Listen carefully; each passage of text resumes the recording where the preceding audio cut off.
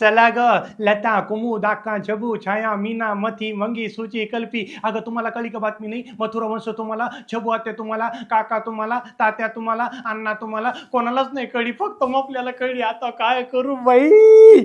अहो मुख्यमंत्री समृद्ध पंचायत राज अभियान सुरू झालेलं आहे.